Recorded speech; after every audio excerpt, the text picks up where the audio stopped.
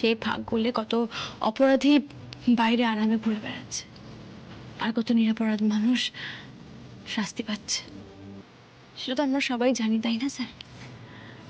এখন মনে হচ্ছে ভাগ্যিস মন্দার গুন্ডা হয়েছিল, সেই কারণেই হয়তো নর্থ বেঙ্গলের মা বোনেরা সম্মান নিয়ে বেঁচে আছে এখনো। কত সন্তান মায়ের কোলে নিশ্চিন্তে ঘুমোচ্ছে, কত স্বামী স্ত্রী সুখে সংসার করছে। আর তাও দেখুন, আইনের চোখে মন্দার অপরাধী। নিজের বোনের সম্মানহানির প্রতিবাদে মন্দার অপরাধী হয়ে গেছে আইনের চোখে, আর সে এখন অপরাধী হয়ে ভয় ভয় পাচ্ছে। আচ্ছা স্যার, যদি আমাদের বোনের সঙ্গে এরকম হতো, আমরাও কি মন্দারের পথে অবলম্বন করতাম না? করতাম তো স্যার।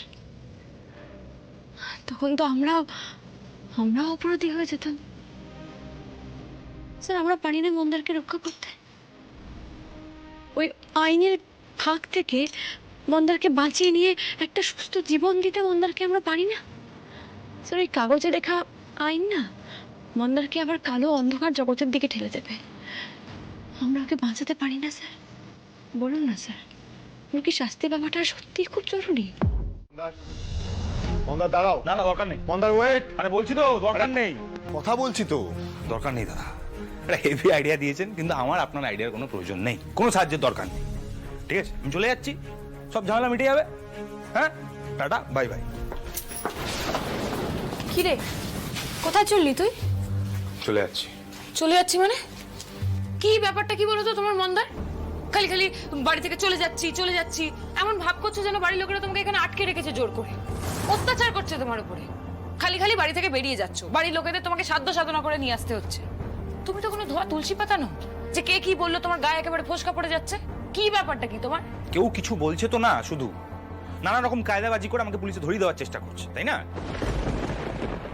মানে আমরা তোকে ধরাতে চাইছি? আমরাই তো তোকে পুলিশের হাত থেকে বাঁচানোর চেষ্টা করছি, আর তুই এই কথা বলছিস? তো তোর বর কি বলছে তাহলে? হ্যাঁ, উনি তো বলছেন আমাকে সারেন্ডার করতে পুলিশের কাছে।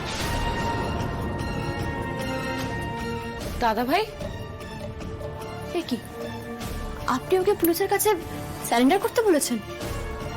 আপনি যে বললেন আইনের মারপ্যাচ থেকে কি করে ওকে বাঁচানো যায় তার একটা উপায় ভেবেছেন, এটা? হ্যাঁ, তো এটাই তো উপায়, আর কোনো উপায় নেই।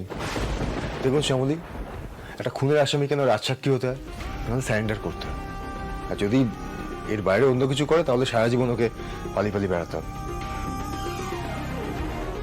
আরে যদি রাজসাক্ষী হয়ে যায় কিংবা স্যারেন্ডার করে তাহলেই ওর সাজাটা কম হবে, বুঝতে পারছেন না?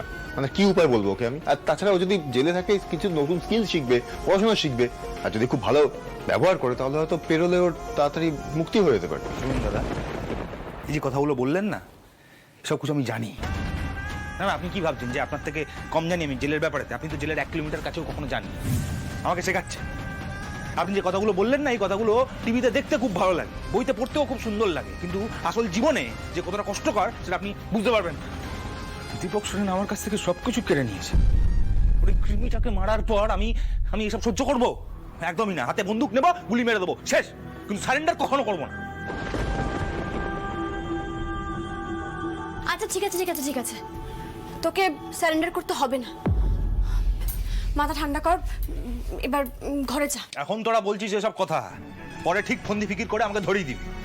না না, কি আছে বল না, বেকার বেকার ঘরেতে পুলিশ আসবে, তোদের বিপদ বাড়বে, তার চেয়ে বরং আমি চলে যাই। আরে বাবা, আমরা বলছি তো তোমাকে পুলিশের কাছে যেতে হবে না, কেন শুনছো না আমাদের কথাটা?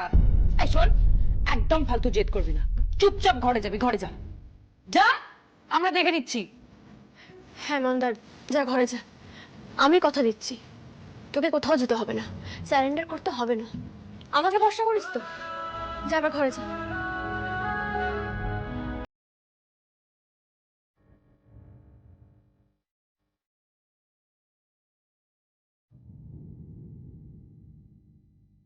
কি রে দাদা ভাই, একটু বুঝে শুনে কথা বলবি তো? জানিস তো মন্দার কতটা সেনসিটিভ। তার উপরে ওর দাদা যা করলো, ও কাকে বিশ্বাস করবে কাকে বিশ্বাস করবে না সেটা বুঝতেই পারছে না। দেখ, ও তো আর আচ্ছাটে কালপ্রিটের মতো ক্রিমিনাল মাইন্ডেড নয়, ওর তো একটা ডিপ পার্সোনাল ট্রমা আছে। প্লিজ দাদা ভাই, একটু বুঝে শুনে কথা বল ওর সাথে। Shyamali, thank you. আমি অবাক হয়ে যাচ্ছি। হ্যাঁ, এরকম ভাবে রিয়াক্ট করছে রো, দেখলেন আপনি? মানে রোয়ের এটা বাড়াবাড়িটা কিন্তু আমি আর সহ্য করবো না, বড্ড বেশি বাড়াবাড়ি করছে রো এই ছেলেটা। ভালোবাসা হলে এমনটাই হয়। কে বাড়াবাড়ি করে না বলুন তো? অদ্ভুত। দেখুন শ্যামলী, আপনি কি বলতে চাইছেন আমি খুব ভালো করে বুঝতে পারছি। হ্যাঁ, আপনি তো নিজের কানেই শুনলেন কেন মন্দার ক্রিমিনাল হয়েছে। ওর জীবনটাকে দুমড়ে মুচড়ে অন্ধকার দিকে ঠেলে দিয়েছে ওর পরিস্থিতি। তাকে একটা সুযোগ দেবেন না? স্বয়ং ঈশ্বর তো শয়তানকে সুযোগ দেয়। একটা সুযোগ দিন না স্যার, একটা উপায় ভাবুন না। কি উপায় বার করবো, কোত্থেকে বার করবো? শ্যামলী ও খুন করেছে, আর সেটা প্রতিশোধ নেওয়ার জন্য করেছে। সেলফ ডিফেন্সে করেনি যে কোর্টে এটা প্রুভ হয়ে যাবে, ওর সাজা মুকুব হয়ে যাবে। এটা হয় না। হ্যাঁ, আত্মরক্ষার জন্য তো গুলিটা করেছে, খুনটা করেছে। নিজের বোনের উপর হওয়া অত্যাচারের বিচার চাইতে ও গুলি করেছে। সবার কাছে গেছিল, অনুরোধ করেছে, কেউ পাশে দাঁড়ায়নি, কেউ না। তখন ও নিজেই গেছে বিচার চাইতে। আর অপরাধী তো হাসি মুখে বিচার দিয়ে দেবে না, ওর উপর পাল্টা আঘাত এনেছে। আর তখন নিজেকে বাঁচাতেও গুলি চালিয়েছে। এইভাবে যদি বয়ানটা সাজাই, তাহলেও কি মন্দার অপরাধী হয়ে থাকবে? স্যার, ও ওর সমাজটাকে বাঁচানোর জন্য সমাজের কিটটাকে সরিয়ে দিয়েছে। আমরাও তো আরশোলা মারার জন্য স্প্রে ব্যবহার করি না? যে দীপককে আইনের উচিত ছিল শাস্তি দেওয়া, তাকে মন্দার শাস্তি দিয়েছে। আর সেই আইনের হাতে অপরাধী করে মন্দারকে আমরা তুলে দেবো? এটা হয় স্যার?